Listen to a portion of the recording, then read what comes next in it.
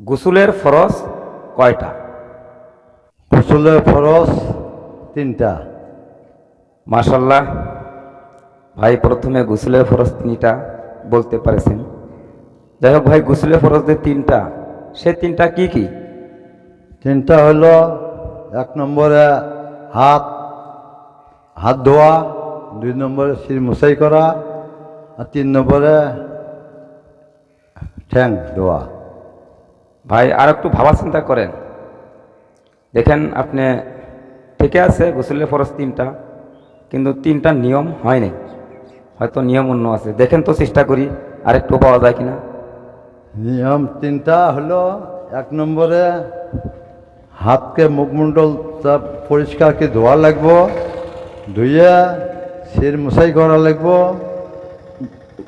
উগ্গর করা সহিত মানে কুলি করা লাগবো 3বার।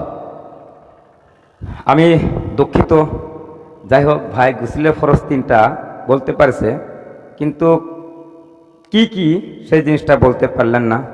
যাই হোক, এটা আমি তার জন্য স্থানীয়তর হয়ে দুঃখিত। 2 নম্বর প্রশ্ন হইল, ওযুর ফরজ কয়টা?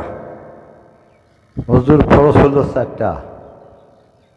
মাশাল্লাহ, ঠিক ওযুর ফরজ 4টা বলতে পারেছেন। দেখা যাক উনি ওযুর ফরজ 4টা কি কি বলতে পারে কিনা। কি কি? ওযুর ফরজ 4টা হলো দর্শক মণ্ডলীগণ।